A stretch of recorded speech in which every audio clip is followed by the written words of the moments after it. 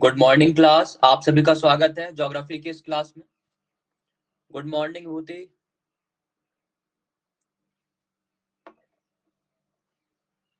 Good morning राखी।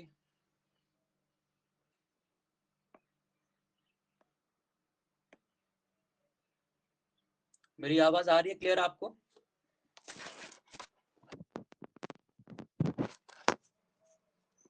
आप दोनों को आवाज क्लियर है मेरी?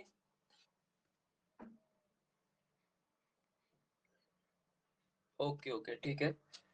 तो कल हमारा नया टॉपिक स्टार्ट हो गया था और टॉपिक का नाम क्या था हमारा? भू आकृति विज्ञान, जिसमें हम पढ़ने वाले हैं भू यानी पृथ्वी और आकृति माने जो भी स्ट्रक्चर बने हुए हैं। तो पृथ्वी पर जो भी स्ट्रक्चर बने हैं उनके बारे में हमें इस टॉपिक में पढ़ना होता है। हमने पिछले लेक्चर में जो पढ़ा था वो कुछ हमने थ्योरीज पढ़ी थी, कुछ संकल्पनाएं पढ़ी थी पृथ्वी की उत्पत्ति से जुड़ी हुई। ठीक है, जैसे आपके राखी आपने कल शायद क्लास नहीं की थी, तो मैं रिवाइज कर देता हूँ। 5-10 मिनट में रिवाइज कराता हूँ, आपको समझ में आ जाएगा। फिर ध्यान देना। यहाँ पर हमने कल स्टार्ट किया था पृथ्वी की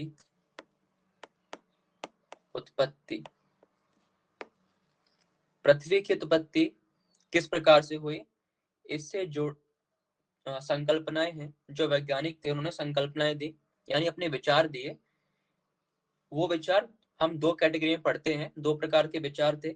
एक था आपका अद्वैतवादी, दूसरा है द्वैतवादी। पृथ्वी की उत्पत्ति से जुड़े दो प्रकार के विचार हैं। पहला है अद्वैतवादी और दूसरा आपका है द्वैतवादी। शब्द को पढ़कर आप समझ सकते हैं कि इसका मतलब क्या होगा। देखिए, अद्वैत का मतलब होता है दो नहीं। जहां भी आ शब्द लग जाए उसका मतलब होता है नहीं, ठीक है, हिंदी में। और द्वय मतलब होता है दो। तो अद्वैतवादी ये जो विचार है, इसके अनुसार पृथ्वी की उत्पत्ति दो तारे से ना होकर किससे हुई है? एक तारे से हुई है। पृथ्वी की उत्पत्ति एक तारे से मानी जाती है। ये खाली विचार है, इनसे जुड़े हुए कोई भी साक्ष्य मौजूद नहीं है। ये कुछ वैज्ञानिकों ने अपने दिमाग में उनके जो विचार आए उसके अनुसार उन्होंने बताया कि पृथ्वी की उत्पत्ति कैसे हुई है, एक तारे से मानी जाती है। इसमें कई सारे हमारे वैज्ञानिक थे जिनके बारे में हमने पिछली क्लास में पढ़ा था। दूसरा हमारा जो विचार इसमें आता है पृथ्वी की उत्पत्ति से जुड़ा हुआ, वह है द्वैतवादी। यहाँ पर है सिर्फ द्वैत। इसका मतलब है कि पृथ्वी की उत्पत्ति दो तारों से मानी जाती है, दो तारों से मानी जाती है।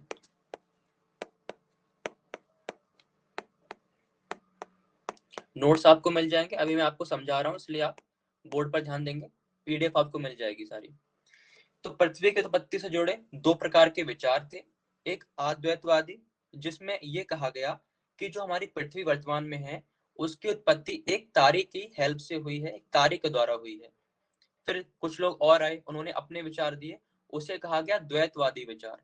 उन लोगों के अनुसार ये कहा गया कि पृथ्वी की उत्पत्ति दो तारों से हुई है, यानी दो तारों के सहयोग से पृथ्वी का जन्म हुआ था। अब हम समझते हैं सबसे पहले फर्स्ट हमारा जो है अद्वैतवादी, उसमें कौन कौन से वैज्ञानिक थे और किसने क्या कहा है, उसको एक बार रिवाइज कर लेते हैं। तो इसमें जो हमारा पहला है अद्वैतवादी, इसमें हम पढ़ेंगे सबसे पहले जो हमारे वैज्ञानिक आए वो थे कास्ते द बफन। क्या नाम है? कास्ते द बफन। ये प्री में सवाल आते हैं, इससे मैचिंग करने के लिए आपसे पूछता है कि कास्ते द बफन ने क्या विचार दिया या फिर इनकी संकल्पना का नाम क्या है। तो इनकी संकल्पना का नाम क्या था? पुच्छल तारा संकल्पना। पुच्छल तारा संकल्पना। संकल्पना का मतलब क्या होता है? विचार। ठीक है, सिद्धांत अलग होते हैं, सिद्धांतों में हमारे पास कुछ ना कुछ प्रूफ होता है, लेकिन संकल्पनाएं सब क्या है? दिमागी विचार है, इन्हें हम प्रूव नहीं कर सकते। संकल्पना, पुच्छल तारा संकल्पना किसने दी है? तो आंसर होगा कास्ते द बफन ने दी है। क्या कहा इन्होंने, इनका क्या विचार है उसको जानते हैं। इन्होंने कहा कि एक ब्रह्मांड में बहुत बड़ा धूमकेतु था। अब ये धूमकेतु क्या है हम लोग पढ़ चुके हैं, यदि आपको नहीं पता तो मैं बता दूं शॉर्ट में कि धूमकेतु ब्रह्मांड में एक ऐसा पिंड होता है, एक ऐसा ऑब्जेक्ट है जो कि सूर्य की परिक्रमा करता है। किसकी परिक्रमा करता है, सूर्य की। ठीक है, तो उन्होंने कहा कि पुच्छल तारा, इसी को हम धूमकेतु भी कहते हैं, धूमकेतु ये क्या करता है, ये सूर्य की परिक्रमा करता है। तो कास्ते बफन ने बताया कि धूमकेतु था बहुत बड़ा ब्रह्मांड में, और ये जाकर सूर्य से टकरा गया, क्योंकि ये परिक्रमा तो कर ही रहा था सूर्य की, सूर्य से जाके टकरा गया। टकराने से क्या हुआ, सूर्य से टक्कर हुई एक बड़े से धूमकेतु की, टकराया जाकर, और टकराने से क्या हुआ, सूर्य का कुछ मलबा ब्रह्मांड में फैल गया। सूर्य का कुछ मलबा जाके, कुछ मैटर ब्रह्मांड में इस प्रकार से फैल गया। फिर कुछ समय के बाद ये मलबा ठंडा हो गया, क्योंकि अब सूर्य से दूर हो गया, सूर्य तो गर्म था एकदम। ठीक है, सूर्य से दूर चला गया ये मलबा और ये ठंडा हो गया ब्रह्मांड में, और इसी मलबे से क्या हुआ, ग्रहों की उत्पत्ति हुई, और इसी में हमारा एक ग्रह कौन सा है, पृथ्वी। तो कास्ते द बफन ने बताया कि पृथ्वी की उत्पत्ति कैसे हुई है, धूमकेतु के द्वारा। अब यहाँ पर एक आद्वत कैसे हुआ, तो यहाँ पर धूमकेतु क्या है, एक सिंगल है, एक अकेला ऑब्जेक्ट है, इसी के द्वारा क्या हुआ, बाकी ग्रहों की उत्पत्ति में सहायता मिली है। तो धूमकेतु की टक्कर हुई सूर्य से, और फिर सूर्य का कुछ मैटर, कुछ पदार्थ ब्रह्मांड में बिखर गया, फिर वो पदार्थ ठंडा हो गया, और उन्हीं से ग्रहों की उत्पत्ति होती है, और उसी ग्रहों में एक हमारा क्या है, पृथ्वी। तो ये पहली संकल्पना थी कास्ते द बफन की। ये बात क्लियर है, कोई भी डाउट आपको बताइए, एनी डाउट एनीवन, राखी क्लियर है ये बात आपको।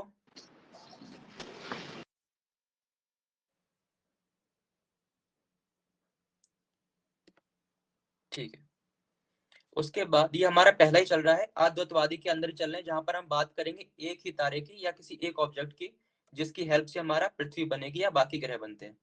तो आद्वतवादी में पहली हमारी जो संकल्पना है, हाइपोथेसिस है, वो है कास्ते बफन की। दूसरी आएगी इसमें, दूसरी हमारी है इसमें इम्मानुएल कांट, वैज्ञानिकों के नाम है ये आपको याद करने हैं प्री के लिए, इम्मानुएल कांट। और जैसे मैंने आपको समझाया है उसी प्रकार स्टेटमेंट बन के भी आ सकता है सवाल। ठीक है, अब वो जमाना चला गया कि वन लाइन वाले क्वेश्चन आएंगे, स्टेटमेंट बन के भी आ सकता है कि इस थ्योरी के अनुसार क्या बातें कही गई हैं, तो उसमें 2-3 स्टेटमेंट होंगे, तो आपको इसलिए डीप में जानना आवश्यक है। इम्मानुएल कांट, ये अगले वैज्ञानिक आए आद्वतवादी के अंदर ही, इन्होंने क्या बताया, इनके अनुसार जो इनकी परिकल्पना था उसका नाम इन्होंने दिया है वायव्य राशि, वायव्य राशि परिकल्पना, ये नाम दिया है अपने इन्होंने विचार को। जो उनका विचार था कि पृथ्वी की उत्पत्ति कैसे हुई, उसका नाम दिया वायव्य राशि परिकल्पना। अब इनकी क्या कहानी है, इन्होंने कहानी बनाई, इन्होंने कहा कि ब्रह्मांड में हम सभी जानते हैं कि धूल और गैस फैली हुई है, तो वह धूल और गैस के कण क्या हुए, इस प्रकार से पास में आए और गोल गोल घूमने लगे। गोल घूमने के कारण क्या हुआ, जब चीजें आपस में रगड़ती हैं तो क्या होता है, घर्षण होता है, फ्रिक्शन होता है, और उससे ऊष्मा उत्पन्न होती है, गर्मी उत्पन्न होती है। नॉर्मली भी जब आप कुछ रगड़ते हैं तो हाथ रगड़ते हैं तो क्या होता है, गर्माहट आती है हाथों में। तो वैसे इन्होंने कहा कि धूल और गैस के कण थे, आपस में पास में आइए और गोल गोल घूमने लगे, जिस कारण इनमें क्या हुई, इनका तापमान बढ़ा और इनमें ऊष्मा उत्पन्न हुई। इसके बाद क्या हुआ, फिर ये और बड़े हो गए, और इसको उन्होंने नाम दिया था निहारिका। ठीक है, निहारिका बोला। पहले धूल और गैस के कण थे सिर्फ, ये क्या था, धूल प्लस गैस, ये पास में आए, फिर ये आगे और बड़े होते हैं और पास में घने हो जाते हैं, इसका नाम दिया निहारिका, इंग्लिश में कहा गया इसे नेबुला। जब मैंने आपको ब्रह्मांड पढ़ाया था तो हमने ये बात की थी कि निहारिका से ही क्या होता है, तारों की उत्पत्ति होती है।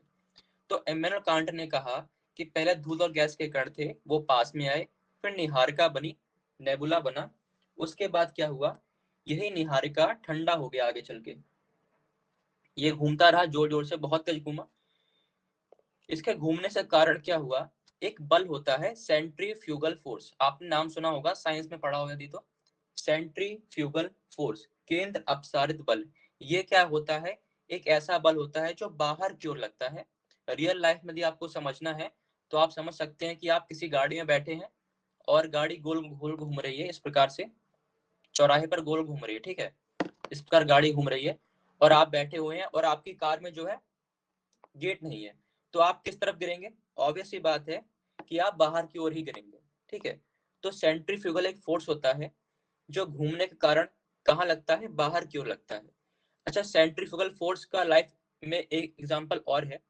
घर में वॉशिंग मशीन जो होती है वहां भी सेंट्रीफ्यूगल फोर्स ही लगता है। उसमें क्या होता है, जो नीचे का ये रोलर घूमने वाला ऑब्जेक्ट होता है वो घूमता है और वो जो वॉल होती हैं, आपकी वॉशिंग मशीन की दीवारें होती हैं, उस तरफ फोर्स लगाता है, जिस कारण से क्या होता है, कपड़े कहाँ टकराते हैं, वॉशिंग मशीन की दीवारों से, और वो धुल जाते हैं। तो सेंट्रीफ्यूगल फोर्स बाहर की ओर लगता है, ये ध्यान देना है आपको, ठीक है। तो क्या बताया इन्होंने कि निहारिका थी, वो घूम रही थी, घूमने से क्या हुआ, एक बल उत्पन्न हुआ, फोर्स प्रोड्यूस हुआ जो कि बाहर की ओर लगा। बाहर की ओर लगने से क्या हुआ, निहारिका तो बीच में रह गया, उसके बाहर की जो परत थी वो टूट गई इस प्रकार से। और कितने छल्ले में टूटी, तो 9 छल्ले में, 1 2 3 4 5 6 7 8 9, इस प्रकार बाहर की परत टूट गई क्योंकि बाहर सेंट्रीफ्यूगल फोर्स लग गया, केंद्र अपसारित बल लग गया। और ये जो 9 छल्ले टूटे निहारिका से, यही क्या बने, आगे चल के ठंडे होने पर ग्रह बन गए, ठीक है। तो वायव राशि जो कि इमैनुअल कांट ने दी है, इसके अनुसार पहले एक निहारिका बनी जो कि धूल और गैस के कणों से बनी थी।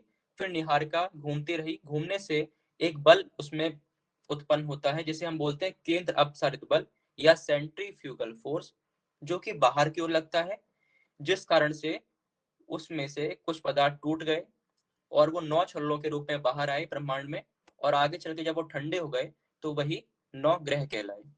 ये बात क्लियर है, बताइए कोई डाउट इसमें, सबको क्लियर है? ओके, राखी आपको क्लियर है? ठीक, तो ये हमारी सेकंड थ्योरी थी इसमें। अब हमारा जो है एक थ्योरी इसमें और है, ये अभी आद्वैत में ही चल रहा है। यहाँ भी देखिए सिंगल सिंगल ही ऑब्जेक्ट है, कोई दूसरा अभी नहीं आया है। निहारिका नेबुला एक ही था, एक तारा, ठीक है। यहाँ भी क्या था, पीछे देखेंगे तो आप, यहाँ भी आप देखेंगे पीछे इसके तो धूमकेतु एक अकेला था। तो अभी तक क्या हो रहा है, सिंगल ऑब्जेक्ट आ रहे हैं जो ब्रह्मांड में पृथ्वी या ग्रहों की उत्पत्ति कर रहे हैं। अब एक और इसमें थ्योरी है आद्वैतवादी के अंदर ही, निहारिका, निहारिका परिकल्पना। ये किसने दी है, तो इनका नाम है लाप्लास। ये वैज्ञानिकों के नाम है, विचारक हैं लाप्लास, इन्होंने दी है। अब देखिए यहाँ पर निहारिका बनाई गई थी, ध्यान देना, कंफ्यूज नहीं होना यहाँ पर। कांट ने क्या किया, इसने निहारिका को बनाया अपने विचारों में। कैसे बनाया, उसने कहा पहले धूल और गैस के कण पास में आकर इकट्ठा हुए, तब जाके निहारिका बनी। लेकिन लाप्लास ने क्या किया, उसने थोड़ा चतुराई दिखाई, उसने कहा कि मैं ये धूल और गैस के कण क्यों मानूं, जब मानना ही है, विचार ही देना है, तो मैं सीधे निहारिका को ही मानूंगा। उसने बोला कि मैं निहारिका को मान के चलूंगा, ठीक है, कि सीधे ब्रह्मांड में एक निहारिका ही है सीधे। तो इसने सबसे पहले निहारिका को ही मान लिया और फिर कहा कि निहारिका से ही क्या हुआ, इस प्रकार से एक फिलामेंट के रूप में इसका एक भाग, निहारिका का एक भाग फिलामेंट के रूप में इस प्रकार से बाहर आया। उसके बाद इसके कई टुकड़े हुए इस प्रकार से, और ये सब क्या बन गए, ग्रह। तो लाप्लास और कांट की जो हाइपोथेसिस है, जो परिकल्पना है, उसमें सिंपल सा अंतर ये है कि कांट ने पहले गैस और धूल के कण को पास में लाकर निहारिका को बनाया अपने विचारों में। लेकिन इसने लाप्लास ने क्या किया, सीधे निहारिका को मान लिया कि निहारिका पहले से मौजूद है, और उससे क्या किया, एक फिलामेंट बनाया। फिर फिलामेंट जाकर 9 ग्रहों में टूटा। लेकिन कांट ने क्या कहा कि निहारिका से सीधे 9 छल्ले टूट गए। ये ध्यान देने वाली बात है, यहाँ पे कंफ्यूज नहीं होना है। कांट ने कहा कि निहारिका से ही सीधे क्या हुआ, 9 टुकड़े हो गए। लेकिन लाप्लास ने कहा पहले एक सिंगल टुकड़ा हुआ जिसे फिलामेंट कहा गया, उसके बाद उसमें 9 टुकड़े हुए और वो ग्रह बने। तो इस प्रकार ये कुछ थ्योरीज हैं जो पढ़नी थी हमें इसमें अद्वैतवादी में। यहाँ पर क्या बात हो रही थी कि एक ही तारे से पृथ्वी का निर्माण होगा। तो ये हमने समझ लिया। इतनी बात में कोई डाउट तो नहीं है? बताइए, सारी बातें क्लियर हैं आपको, तीनों थ्योरीज? बताइए। ठीक है, राखी आपको क्लियर है?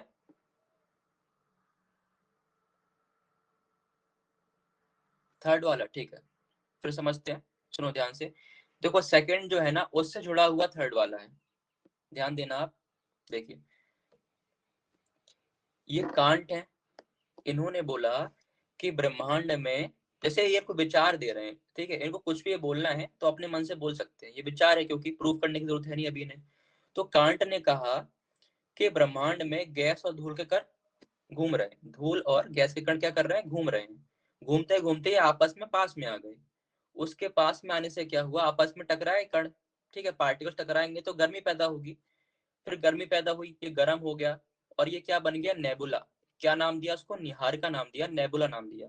सेकंड स्टेज में, पहला स्टेज यहाँ पर है, ये दूसरा, रुकिए कलर चेंज कर लेते हैं तो समझ में आएगा आपको। ये पहला, ये दूसरा स्टेज। फिर इन्होंने बोला कि तीसरे स्टेज में क्या हुआ? जो नेबुला था उसमें एक फोर्स अपने आप प्रोड्यूस हुआ, उत्पन्न हुआ। उसका रीजन क्या था? कि वो घूम रहा था। घूमने से क्या होता है? एक बल लगता है किसी भी ऑब्जेक्ट पे बाहर की ओर, जिसे हम कहते हैं सेंट्रीफ्यूगल फोर्स या केंद्र अपसारित बल, यानी बाहर की तरफ फोर्स लगेगा। इसी फोर्स के कारण क्या हुआ? जो निहारिका थी इससे कुछ हिस्से टूटकर बाहर बिखर गए और वही टुकड़े बाद में ठंडे हो जाते हैं तो वो क्या बन जाते हैं? ग्रह। इतनी सी बात कांट ने कही है। अब आते हैं लाप्लास पे। लाप्लास जी ने क्या बताया? उन्होंने सीधा क्या माना? निहारिका, जो सेकंड स्टेज था हमारा यहाँ पर, कांट में सेकंड वाला था, वो इनका पहला स्टेज है। इन्होंने इसको पहला मान लिया है। इन्होंने कोई भी फालतू का दिमाग नहीं लगाकर सीधे बोला कि निहारिका पहले से ब्रह्मांड में है। कोई धूल और गैस के कण उन्होंने नहीं माने, सीधे बोला कि निहारिका घूम रही है, सीधी बात। ठीक है, एक स्टेप इन्होंने स्किप कर दिया, मिस कर दिया, जो कि कांट ने बताया था कि पहले धूल और गैस के कण पास में आएंगे। ये बात लाप्लास ने नहीं की है, सीधे बोला निहारिका थी डायरेक्ट। और उसके बाद निहारिका से इन्होंने बोला कि पहले एक टुकड़ा टूटा है, जो नेबुला थी हमारी उससे एक टुकड़ा टूटा है। जबकि कांट ने कहा कि टुकड़ा न टूट के 9 के 9 ग्रह एक साथ टूट गए अलग अलग। मतलब उन्होंने पहले ही तोड़ दिया कि नेबुला थी, वहां से 9 ग्रह टूट के अलग हो गए और सब ग्रह बन गए। लेकिन लाप्लास ने कहा ऐसा नहीं है। पहले क्या हुआ? एक टुकड़ा लंबा सा इस प्रकार से टूट के अलग हुआ। फिर तीसरी स्टेज में क्या हुआ? यही टुकड़े, ये जो बड़ा टुकड़ा था इससे छोटे छोटे टुकड़े हुए और क्या बन गए? ग्रह बन गए। तो यहाँ भी 3 स्टेज है, 1, 2 और 3। ठीक है, यहाँ भी 3 है। बस अंतर क्या है? जो पहली स्टेज थी कांट वाली, वो यहाँ पर मिसिंग है लाप्लास में। और दूसरी बात, दूसरा अंतर क्या था कि यहाँ पर इन्होंने कहा सीधे 9 टुकड़े हो गए इसकी बाहरी परत से, लेकिन लाप्लास ने कहा नहीं, पहले एक टुकड़ा अलग हुआ फिर इससे 9 टुकड़े बने हैं। बस इतनी सी बात है। अब क्लियर है? बताइए, अभी भी कोई डाउट है तो पूछिए। विभूति, राखी, विभूति क्लियर हो गया आपको? Okay, very good. चलिए अब आगे बढ़ते हैं। अब आते हैं, बात करेंगे द्वैतवादी। ये थे अद्वैतवादी। यहाँ पर एक तारे से सारी चीजें हो रही थी कि एक ही तारा है, एक ही ऑब्जेक्ट है, उससे क्या है? ग्रहों का निर्माण हो रहा है। लेकिन अब क्या होगा? अब बात होगी कि दो तारों के सहयोग से बनेगी आपकी पृथ्वी या बाकी ग्रह। तो अगला आपका है द्वैतवादी। द्वैतवादी संकल्पना।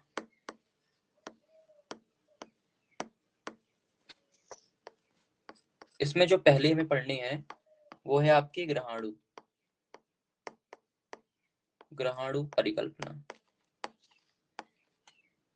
कल्पना का मतलब समझ रहे हैं कि कल्पना क्या होती है? सोच विचार करना, है ना, ड्रीम्स, वैसी टाइप में।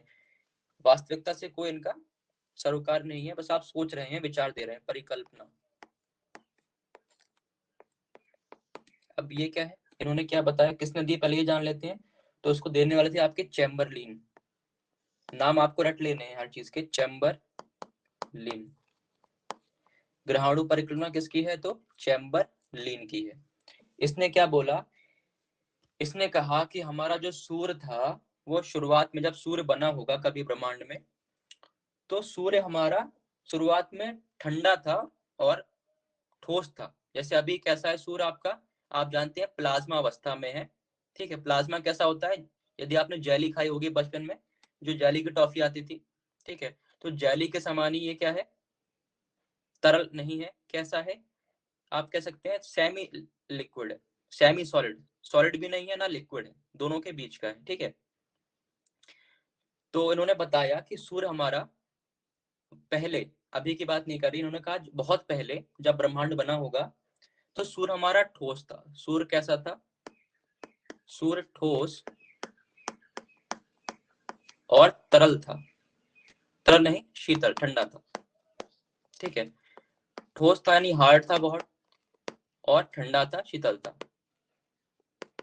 अब इससे हुआ क्या, एक तारा सूर्य के पास से गुजरता है, इस प्रकार से तारा जा रहा है, सूर्य के पास से गुजरता है एक तारा।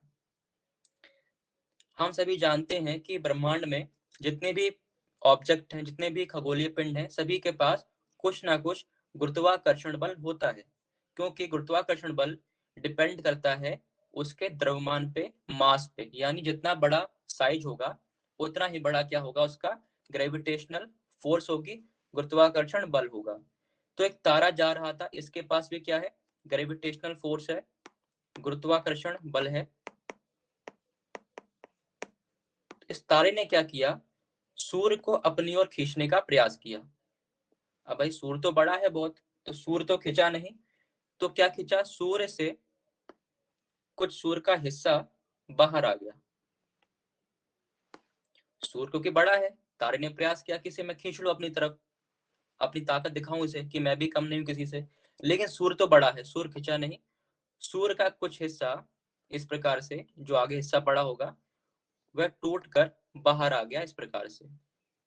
ठीक है, तो ये तारा अपने रास्ते जा रहा था, इसको रास्ते में सूर्य दिखा, इसने कहा कि सूर्य बहुत बनता है अपने आप में, थोड़ा बड़ा है तो क्या हुआ, मैं भी दिखाता हूँ अपना जोर। इसने लगाया अपना जोर, लेकिन सूर्य को खींच नहीं पाया अपनी तरफ, नहीं खींच पाया, लेकिन फिर भी ताकत तो पूरी लगाई थी, तो उसका परिणाम ये हुआ कि सूर्य का कुछ हिस्सा बाहर आ गया टूट के। फिर आगे चलकर बहुत समय के बाद इसी टुकड़े से क्या हुआ, ग्रहों की उत्पत्ति हुई, ग्रहों का निर्माण हुआ। तो यहाँ पर आप देखोगे कि दो तारे आ गए हैं। द्वैतवादी का मतलब क्या था, दो। द्वैतवादी का मतलब क्या था, दो। अब यहाँ पे दो क्या क्या है, एक तो आपका सूर्य है और दूसरा है तारा। तो द्वैतवादी परिकल्पना में हमने जाना कि दो तारों के सहयोग से ग्रहों की उत्पत्ति होगी। पहला यहाँ पर सूर्य था एक तारा, और दूसरा ये बगल से जा रहा था। इस प्रकार से इन्होंने बताया, चैम्बरलिन ने, कि ग्रहों की उत्पत्ति सूर्य के जो मलबा है उसी से हुई है। इतनी बात क्लियर है, कोई भी डाउट इस बात में बताइए, कोई भी डाउट है पूछिए।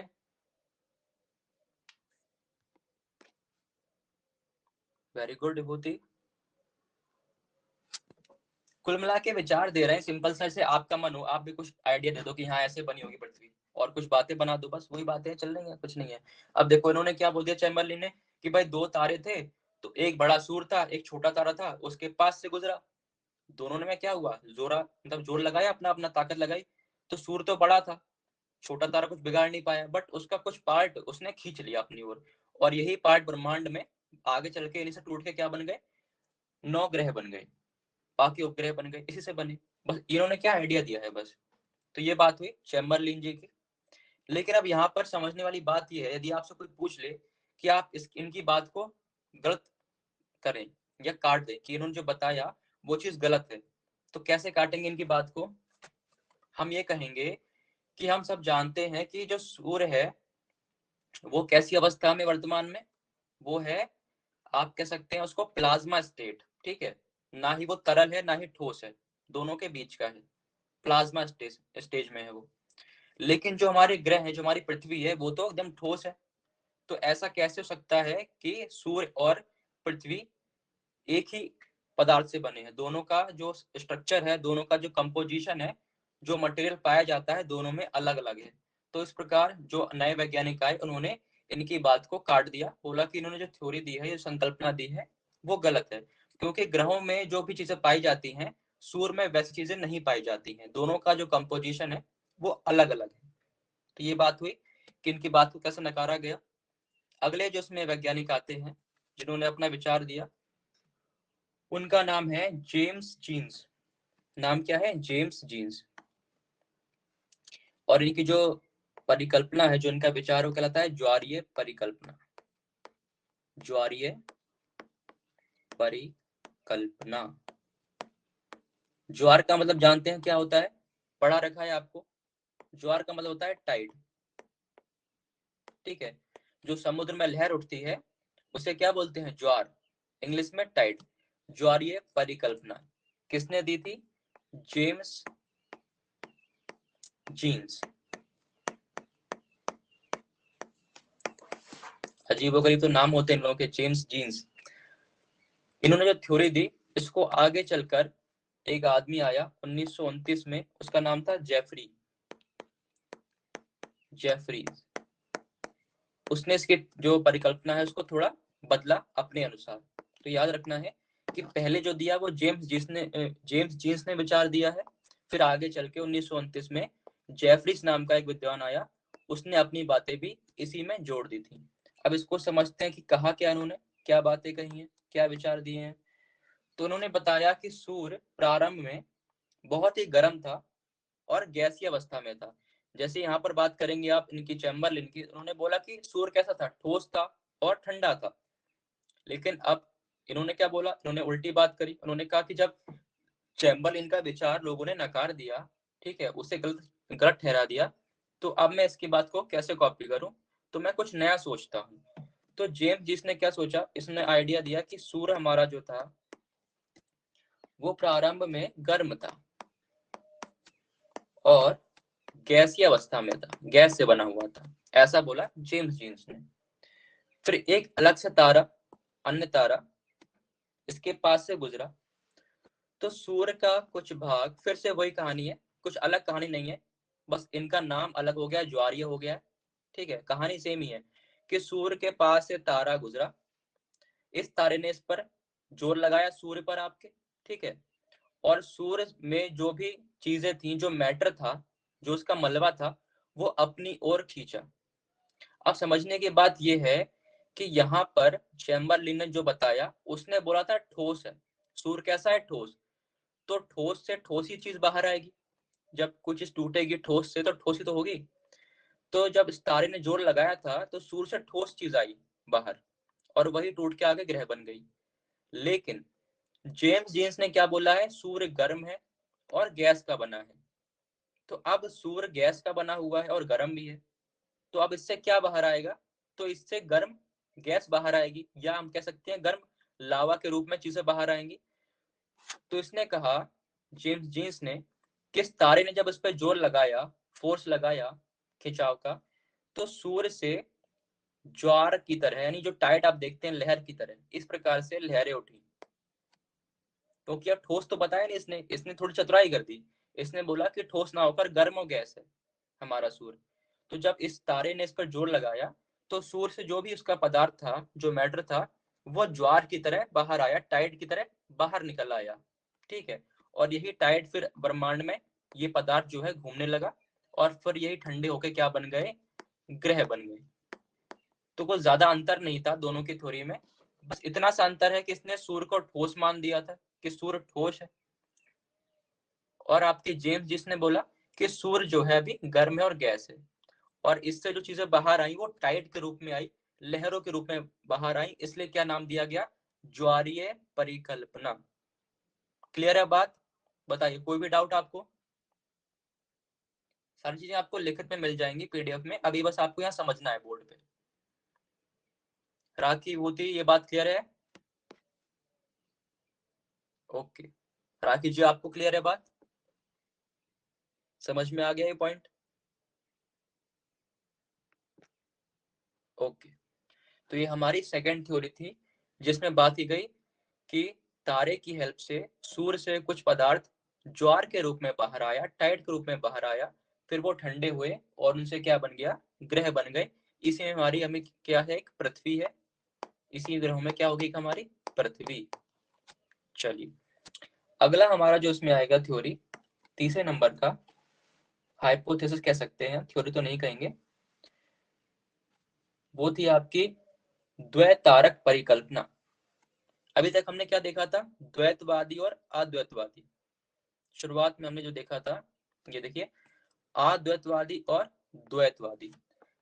अब इसमें एक नया मोड़ आता है कहानी में, नई कहानी क्या जुड़ती है, वो है द्वैतारक। द्वैतवादी ना होके वो क्या है, द्वैतारक। ध्यान देना शब्द पर।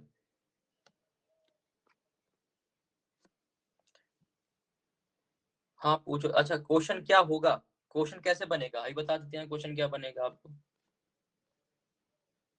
क्वेश्चन इस प्रकार से बनेगा, राखी जी बताते हैं, रुकिए पेज वापस ले लें। देखिए क्वेश्चन ऐसे बनता है, प्रश्न आपको दिया जाएगा, एक तरफ क्या होगा, लिखा होगा संकल्पनाएं, और एक तरफ होगा विद्वानों के नाम, इस प्रकार से। ठीक है, यहाँ पर चार आपको देंगे संकल्पनाएं, उनके नाम होंगे जो हम पढ़ रहे हैं, ज्वारीय हो गया, द्वैतारक, अद्वैतवादी, इस प्रकार से। और यहाँ पर उनसे जुड़े विद्वानों के नाम होंगे। इसमें से एक कोई आपका गलत दिया होगा, आपसे पूछा जाएगा कि निम्नलिखित में से कौन सा गलत मिलान है। ठीक है, निम्नलिखित में से कौन सा मिलान गलत है, तो आपको पहचानना होगा। तो आप तभी पहचान पाओगे जब आप सारी चीजें पढ़ लोगे। एक सवाल तो ऐसे बनेगा कि कौन सा गलत मिलाया हुआ है। ठीक है, दूसरा सवाल कैसे बनेगा, स्टेटमेंट वाइज। इसे इरेज करते हैं।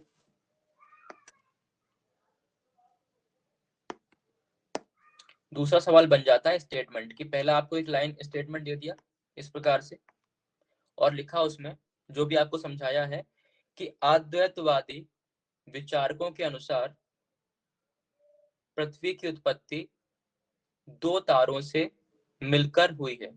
क्या स्टेटमेंट लग दिया कि अद्वैतवादी विचारकों के अनुसार पृथ्वी की उत्पत्ति दो तारों से हुई है। फिर एक स्टेटमेंट और दे दिया आपको कि द्वैतवादी विचारकों के अनुसार पृथ्वी की उत्पत्ति एक तारे से हुई है। फिर आपसे कहेगा कि निम्नलिखित में से कौन सा विकल्प, निम्नलिखित में से कौन सा विकल्प सही है। ठीक है, निम्नलिखित में से कौन सा विकल्प सही है। फिर चार ऑप्शन देगा, केवल एक, केवल दो, एक और दो, कोई भी नहीं, कोई भी नहीं। अब बताइए क्या आंसर करेंगे आप। ये सवाल बना दिया आपके सामने, अब इसका आंसर करिए जो अभी आपको सिखाया उसके अनुसार।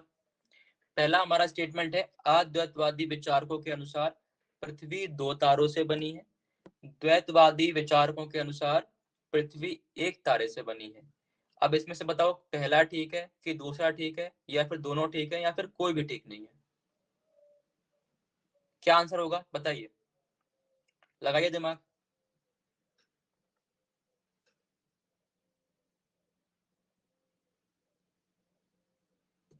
विभूति क्या लगता है आंसर क्या होगा। यूपीएससी में सवाल इसी प्रकार बनते हैं आपके।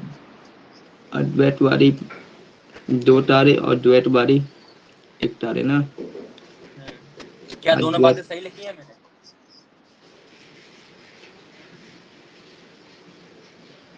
अद्वैत में नहीं होगा, लेकिन द्वैत में दो तारे होंगे। हाँ, दोनों सही लग रहे हैं सर। सही कैसे होंगे, आप पूरा पढ़ो ना स्टेटमेंट। एक मिनट। शब्द पकड़ा करो, शब्द। अद्वैत का मतलब बता दिया है मैंने क्या होता है, द्वैत का मतलब भी बताया है कि क्या होता है। अद्वैत मतलब दो, अद्वैत मतलब ये पहला सही है। कहाँ अद्वैत मतलब होता है कि दो नहीं, आप रिवाइज ही नहीं करते उसका हम्म, मतलब। कल इतनी बार बताया था कि अद्वैत का मतलब है कि द्वैत नहीं, यानी दो नहीं। तो पहला तो गलत हो गया आपका, ये जो है स्टेटमेंट गलत है, पहला नहीं होगा। आप बताओ दूसरा सही है कि नहीं। जब ये पहला दूसरा द्वैतवादी का मतलब एक तारा है कि दो तारा है, बताओ क्या होगा। एक तारा मानी जाती है। एक तारा नहीं होगा, द्वैत का मतलब होता है दो, तो ये भी गलत हो गया। इसका सही उत्तर क्या होगा, कोई भी ठीक कोई भी नहीं होगा। नहीं। राखी ने सही आंसर दिया है, कोई भी नहीं, क्योंकि मैंने दोनों गलत लिखा हुआ था। तो सवाल इस प्रकार से बनेगा, ठीक है, इसलिए आपको डिटेल में पढ़ाया जा रहा है। तो हमने अभी लास्ट क्या पढ़ा, अब म्यूट कर लो आप। जो आर्य परिकल्पना हमारी हो गई है। अब तीसरी हमारी इसमें आएगी, वो है द्वैत तारक।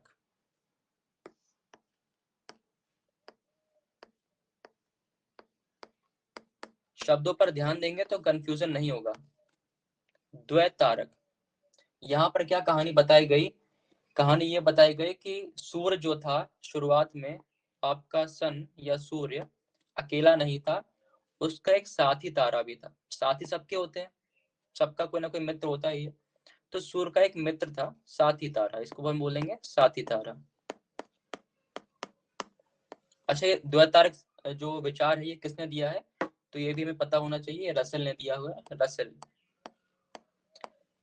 एक सांप भी होता है रसेल वैसे तो द्वैत तारक विचार दिया है रसेल ने। क्या बोला इन्होंने कि हमारा जो सूर्य था वो अकेला नहीं था, उसका एक साथी तारा भी था। ठीक है, मान लिया। फिर क्या बोला इन्होंने, इन्होंने कहा कि एक तीसरा तारा ऐसे गुजर रहा था, अपने रास्ते जा रहा था। इस तारे ने क्या किया, साथी तारे पर फोर्स लगाया, बल लगाया गुरुत्वाकर्षण का, और अपनी ओर खींच लिया। ठीक है, खींचने से क्या हुआ, साथी तारा जो है इसमें विस्फोट हो गया। इसमें क्या हो गया, विस्फोट, क्योंकि इसको पूरी ताकत से खींच लिया। अब इसने सूर्य पर फोर्स नहीं लगाया। इनकी कहानी के अनुसार क्या है कि सूर्य पर कोई बल नहीं लगा, बल किस पे लगा, साथी तारे पर, और इसमें क्या हुआ, विस्फोट हो गया। यही विस्फोट होने के कारण ये ब्रह्मांड में फैल गया, और इन्हीं से क्या बने, ग्रह बन गए। और इन्हीं ग्रहों में एक थी हमारी पृथ्वी। फिर लोगों ने पूछा, अच्छा तो फिर ये तारा कहाँ गया जिसने बल लगाया था। तो रसेल ने बोला कि तारा अपने रास्ते चला गया, ब्रह्मांड में गुम हो गया, घूम रहा है अपने ब्रह्मांड में वो। तो ये कहानी थी द्वैत तारक में। द्वैत तारक का मतलब यहाँ पर क्या है, इन दोनों से, सन और उसका साथी तारा, ये मिलकर बनाते हैं द्वैत तारक प्रणाली, सिस्टम। ये दोनों क्या है, मित्र हैं आपस में, द्वैत तारक कहा गया इनको। ठीक है, इसमें से तीसरा तारा आया, उसने बल लगाया साथी तारे पर। ठीक है, और साथी तारा में विस्फोट हुआ, उसी से क्या हुआ, ग्रहों का निर्माण हुआ। ये हमें ध्यान देना है। तो ये हो गई आपकी रसल की कहानी, द्वैत तारक की। अगला जो इंपॉर्टेंट है इसमें वो है आपका अंतर तारक। ये आपका यूपीएससी में सवाल आ चुका है। इसमें पूछा गया था कि ये थ्योरी दी किसने है, ये जो परिकल्पना है, ये संकल्पना किसके द्वारा दी गई थी। अंतर तारक धूल परिकल्पना, इस पे स्टार लगा लेंगे। ये सवाल पहले आ चुका है यूपीएससी में। किसने दी है, नाम पूछा गया था, नाम था इसका ऑटो स्मिथ। ऑटो स्मिथ कहाँ के हैं, ये रसिया के हैं। ठीक है, रसिया के थे। तो सवाल यही सिंपल पूछा गया था कि अंतर तारक धूल परिकल्पना किसके द्वारा दी गई थी, तो ऑटो स्मिथ कहाँ के हैं, ये रशिया के हैं।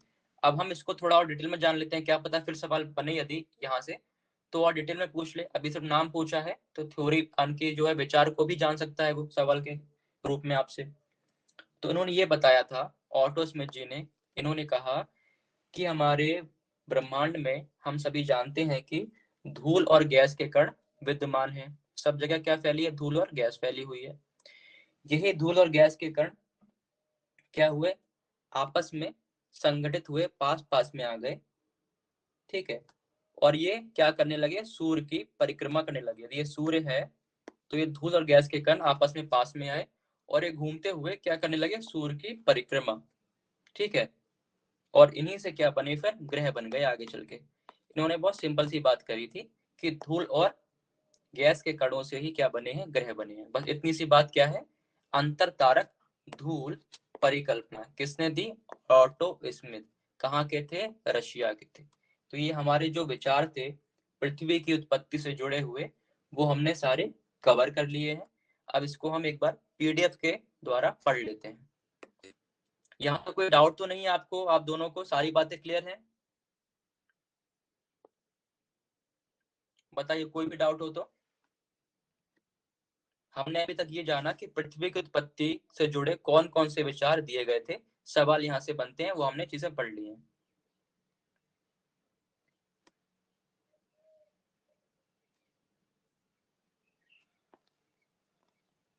ये आपका पीडीएफ है। चलिए अब पीडीएफ देखते हैं। हमने स्टार्टिंग की थी भू आकृति विज्ञान।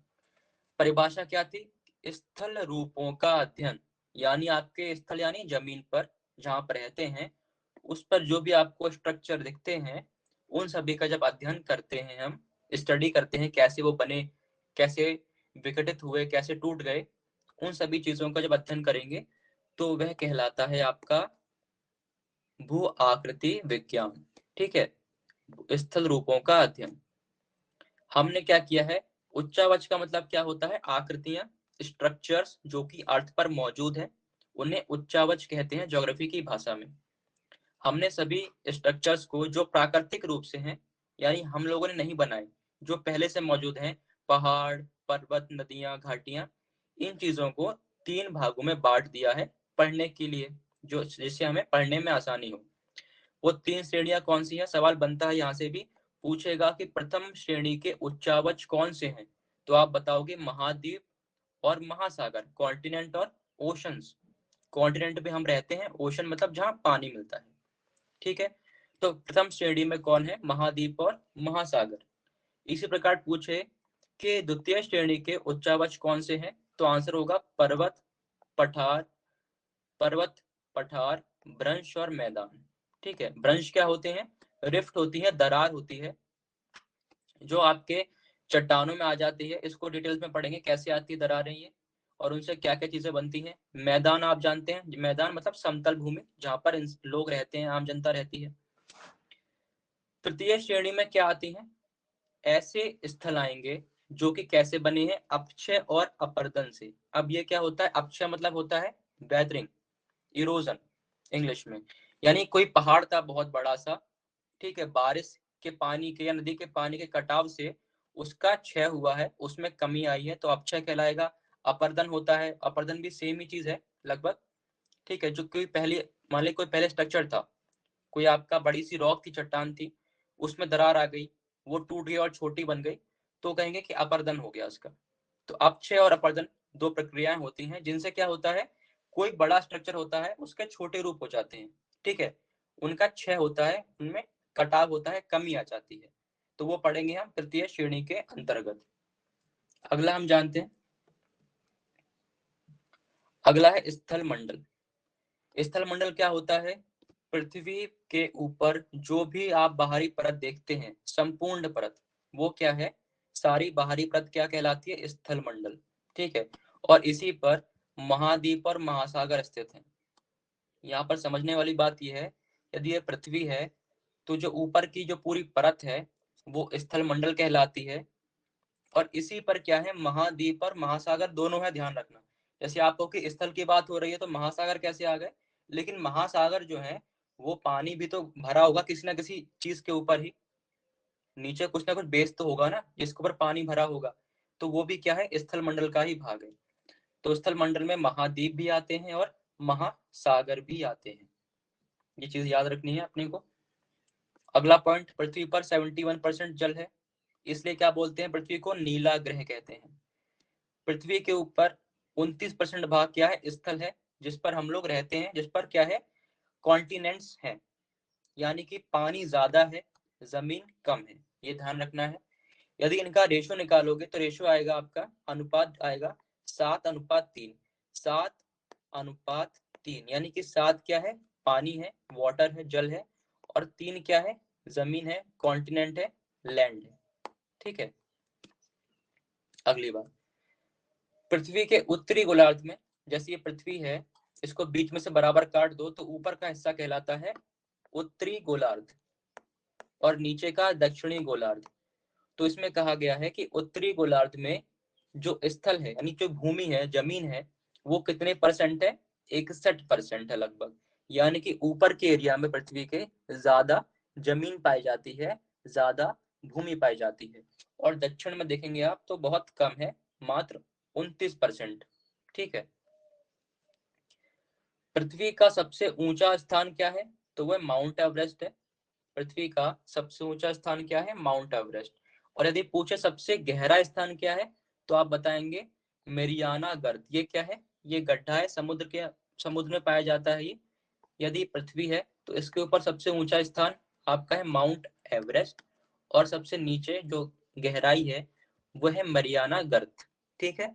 इसकी आपको ऊंचाई और गहराई भी याद करनी है। जैसे माउंट एवरेस्ट की ऊंचाई होती है 8,848 मीटर, और मरियाना जो गड्ढा है इसकी जो गहराई है वो है 11,022 मीटर।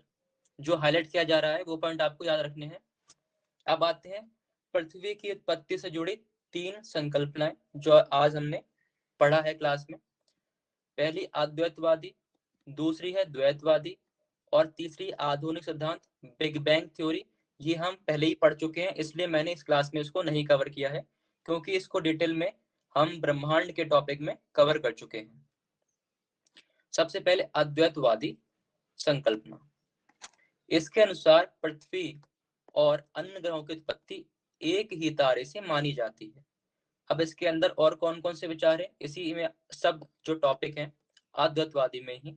पहला है पुच्छल तारा परिकल्पना, वायव्य राशि, निहारिका और उल्का पिंड। आपको ये भी याद रखना है कि किसके अंदर कौन सी विचार है। यह सवाल ये बन सकता है कि वायव्य राशि परिकल्पना निम्नलिखित में से किस परिकल्पना संकल्पना का भाग है? दो ऑप्शन दे दिया, मान लो एक आपका अद्वैतवादी और द्वैतवादी। तो आपको पता होना चाहिए कि वायव्य राशि किसके अंदर में आता है? अद्वैतवादी के अंदर। ठीक है। पहला है पुच्छल तारा, किसने दिया? कास्तेदा बफन ने दिया है ये विचार। इनके अनुसार क्या था कि एक विशालकाय धूमकेतु सूर्य से टकराया, जिससे अधिक मात्रा में पदार्थ का उत्सर्जन, मतलब होता है बाहर निकल आना, बाहर निकला। और कालांतर में समय के बाद, काफी समय के बाद, इस बिखरे हुए पदार्थ के बड़े पिंड से ग्रह और उपग्रह का निर्माण हुआ। उपग्रह क्या होते हैं? जो ग्रहों के चक्कर लगाते हैं। एक होता है ग्रह, और ग्रहों के चक्कर लगाते हैं उपग्रह। जैसे कि हमारा चंद्रमा पृथ्वी का क्या है? उपग्रह है, क्योंकि चंद्रमा पृथ्वी के चारों ओर परिक्रमा करता है, याद रखें। फिर अगले जो आपका इसमें विचार आता है वो है वायव्य राशि। अभी हमने पढ़ा था, ये दिया है कांट ने। इसने क्या बताया था कि पहले गैस थी, फिर निहारिका बनी, फिर उससे 9 छल्ले टूट के अलग हो गए थे। ठीक है। केंद्र विसार बल के प्रभाव से, जो कि बाहर की ओर लगता है, निहारिका थी गतिशील, बहुत तेज घूम रही थी, उससे 9 छल्ले अलग हुए, जो बाद में ठंडे हुए और क्या बन गए? ग्रह बन गए। सिंपल सी बात है, अभी हमने पढ़ लिया था। ये आलोचना दी है, पढ़ना चाहो तो पढ़ लेना, बाकी इंपॉर्टेंट नहीं है, इसको आप छोड़ भी सकते हो। ठीक है। इसका कोई रोल नहीं है एग्जाम पॉइंट ऑफ व्यू से। निहारिका परिकल्पना, इसे दिया था लाप्लास ने, ये फ्रांस के थे। इन्होंने क्या बताया? वही बात, निहारिका वाली बात की। इन्होंने निहारिका को सीधे माना कि कोई गैस वैस कुछ नहीं, सीधे निहारिका मानो। निहारिका को मान लिया, निहारिका थी। उससे एक छल्ले की बात करी, यहाँ पर 9 छल्ले सीधे टूट गए थे। इन्होंने कहा पहले एक छल्ला टूटा, फिर उस छल्ले से विभाजित हो गया। ठीक है। और इन्हीं छल्लों से विभिन्न ग्रहों का निर्माण हुआ है। तो ये था लाप्लास के विचार, निहारिका परिकल्पना। अगला इसमें देखेंगे द्वैतवादी संकल्पना। द्वैतवादी देखते हैं इसमें क्या कहा गया। इसके अनुसार पृथ्वी और अन्य ग्रहों की उत्पत्ति 2 तारों से मानी जाती है। द्वै से 2 याद कर लो, कभी कंफ्यूज नहीं होगे। द्वै से क्या याद कर लो? 2 तारों के सहयोग से मानी जाती है। ठीक है। 2 द्वै ऐसे कर, 2 द्वै, और आ लग जाए तो सिर्फ एक की बात होगी वहां पर। इसके अंतर्गत और कौन से विचार है? पहला है ग्रहाणु परिकल्पना। किसने दिया? चैम्बरलिन ने। ये आपको बना के दिया है इस प्रकार से, ऐसे याद कर लेना, मिलाने को आता है क्योंकि। ज्वारीय परिकल्पना किसने दी? जेम्स जीन्स ने। बाद में जेफरीज आया, उसने इसको थोड़ा चेंज किया, संशोधन किया, उसमें थोड़ा सा अमेंडमेंट किया। फिर आती है द्वितारक, जिसमें बात की थी हमने साथ ही तारे की, वही क्या है? द्वितारक परिकल्पना। ये दी है रसेल ने। विखंडन का सिद्धांत दिया था रॉसचंद। इसका बस नाम याद करना है, लास्ट के ये जो है इनके नाम, इनको हमें समझना नहीं है डिटेल में। विखंडन रॉसचंद ने दी है। नवतारा ये दिया है फ्रेड होयल और आपके लिटिलटन ने। सैफिड साध्य परिकल्पना ये दी है बनर्जी ने। ये बस नाम है, इन्हें याद करना है प्री के लिए, लास्ट के तीन। बाकी जो है ऊपर के वो समझा भी दिए हैं आपको मैंने डिटेल में। अंतरतारक ये दी थी ऑटो स्मिथ ने। इसको भी हमने पढ़ लिया है कि धूल और कणों से सारे ग्रहों का निर्माण हुआ था। ग्रहाणु परिकल्पना डिटेल में यहाँ पर दिया हुआ है। पहले आपको टेबल बना के दी है, जिससे आपको एक बार में प्री के लिए सारी चीजें एक साथ मिल जाए कि किसने कौन सी थ्योरी दी है, कौन सी विचार दिए हैं। उसके बाद एक बाय वन क्या है डिटेल में दिया हो सबके बारे में। सबसे पहले ग्रहाणु परिकल्पना है, इसको दिया चैम्बरलिन ने और मोल्टन ने। ठीक है, इसके अनुसार क्या कहा गया कि सूर्य प्रारंभ में ठोस था और ठंडा था, शीतल था। एक अन्य तारा इसके पास से गुजर रहा था। दोनों के गुरुत्वाकर्षण से सूर्य सतह से सिगार के आकार पर कुछ पदार्थ यानी सूर्य का कुछ मलबा तारे ने अपनी ओर खींच लिया था, और यही आगे ठंडा हो गया और क्या बन गया? ग्रह बन गया। इसको हम समझ चुके हैं पहले ही। अगली हमारी जो परिकल्पना है, विचार है, वो है ज्वारीय। इसमें क्या होगा? इसने जेम्स ने चतुराई की थी। क्या चतुराई की थी? कि इसने सूर्य को क्या बोला कि सूर्य गर्म था और गैसीय था, और जब इससे चीजें बाहर आई तो वो ज्वार या टाइड के रूप में बाहर आई थी। ठीक है, अन्य तारा पास से गुजर रहा था, ये हमें पता है। तो कुछ भाग ज्वारीय उद्भेदन यानी टाइडल फॉर्म में बाहर आया, इसे फिलामेंट कहा गया। उसके बाद इन्हीं से ग्रह बन गए और उपग्रह बन गए, ये भी हम समझ चुके हैं। अगला पॉइंट आपका है दो तारक। यहाँ पे दो है, ध्यान रखना, द्वय नहीं है, यहाँ थोड़ा कंफ्यूजन हो सकता है। यहाँ पर क्या है? द्वय नहीं है, ये है द्वि, या फिर इसको हम ऐसे लिख सकते हैं द्वि। ठीक है, द्वितारक। तो द्वि क्या है? इसमें दो तारों की बात की है जो कि साथ में एक गैंग बना के बैठे हुए हैं। उस गैंग में कौन कौन है? तो उस गैंग में शामिल है एक तो आपका सूर्य, एक आपका सन सूर्य, और दूसरा आपका तारा। इन दोनों को मिलाकर कहा गया द्वितारक, दो तारों का गैंग था। फिर क्या हुआ था इस कहानी में कि तीसरा तारा जो था वो आ गया था लड़ाई करने दोनों से। तीसरा तारा सूर्य के साथी तारा ने, जो तारा है इसका साथी सूर्य का, इसके निकट से गुजरा, जिससे साथी तारे में ज्वार उत्पन्न हुआ, टाइड के फॉर्म में चीजें बाहर आई और उससे ग्रहों का निर्माण हुआ। ये भी हमने समझ लिया। फिर आता है आपका अंतर तारक धूल परिकल्पना, जो कि यूपीएससी में पूछा गया था। इसे दिया है ऑटो स्मिथ ने। कहाँ के हैं? रूस के हैं ये। क्या उन्होंने कहा? इन्होंने कहा ग्रहों की उत्पत्ति गैस व धूल कण से मानी गई है। जब सूर्य विशाल आकाशगंगा के पास से गुजर रहा था, यानी ब्रह्मांड में सूर्य घूम रहा था, फ्री था तब, उसके पास कोई लोड नहीं था किसी ग्रह का, फ्री था, घूम रहा था, तो उसने अपनी खींचने की शक्ति यानी आकर्षण शक्ति से क्या किया? कुछ गैस, कुछ बादल और धूल को अपनी ओर खींच लिया। और ये सारी चीजें, गैस, धूल और ये कुछ बादल थे, ये आपस में एक साथ सामूहिक रूप से इकट्ठा हो गए और उन्होंने क्या किया? सूर्य की परिक्रमा करने लगे। आगे चल के ये थोड़े भारी हो गए, क्योंकि पास में चीजें जब आती हैं तो भारी हो जाती हैं। यदि आप क्या करें, रुई को दूर दूर रखें तो हल्की रहेगी, लेकिन रुई को जब पास कर दें, बॉल बना दें, तो थोड़ा उसका जो है वेट, घनत्व तो बढ़ जाएगा। उसी प्रकार क्या हुआ, इन धूल, गैस, इन सब का क्या हुआ? पास में आने से घनत्व बढ़ गया। उसके बाद क्या हुआ? ये ठंडे हो गए और ये क्या बन गए? ठोस बन गए, और इन्हीं से ग्रहों और पृथ्वी का निर्माण हो गया। इतनी सी हमारी बात थी। पृथ्वी की उत्पत्ति से जुड़ी हुई सारी संकल्पनाएं, सारे विचार हमने कंप्लीट कर लिए हैं। अब बताइए, आप दोनों को कोई भी डाउट हो तो आप मुझसे पूछ सकते हैं। बताइए राखी जी, विभूति जी, कोई भी डाउट है आपको? सारी बातें क्लियर हुई?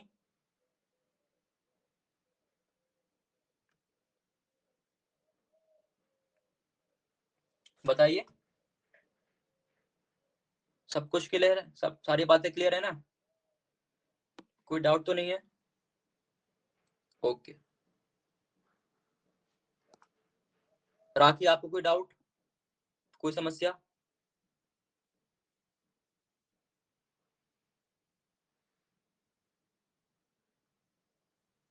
तो हमारा ये टॉपिक समाप्त होता है। इसके बाद हमारा नया टॉपिक होगा, उसमें हम पढ़ेंगे कि हमारा जो स्थल है, यानी लिथोस्फीयर जिसे हम कहते हैं इंग्लिश में, स्थल मंडल, स्थल मंडल का निर्माण कैसे हुआ है, और जो हमारे वर्तमान में आप देखते हैं ना समुद्र, समुद्र कैसे बने, ठीक है, ये सारी चीजें हमें आप पढ़नी होंगी।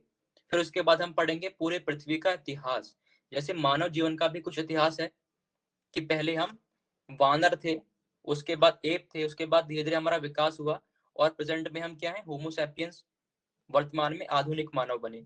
उसी प्रकार हमारी पृथ्वी का भी एक इतिहास है, कैसे वो एक गर्म आग के गोले से फिर ठंडी हुई, फिर ठोस बनी, उस पर वर्षा हुई, उसकी ऊपर एक परत बनी जिस पर हम लोग रहते हैं, ठीक है, कैसे समुद्र बने, इन सभी बातों पर हमें चर्चा करनी है। और ये सारे टॉपिक हम कल करेंगे अगली क्लास में। तो आज के लिए thank you for the class. Good afternoon all of you. यदि किसी को कोई डाउट है तो पूछ सकता है, बिल्कुल, ठीक है, बिना संकोच के आप पूछ सकते हैं, कोई भी डाउट हो किसी प्रकार का आपको।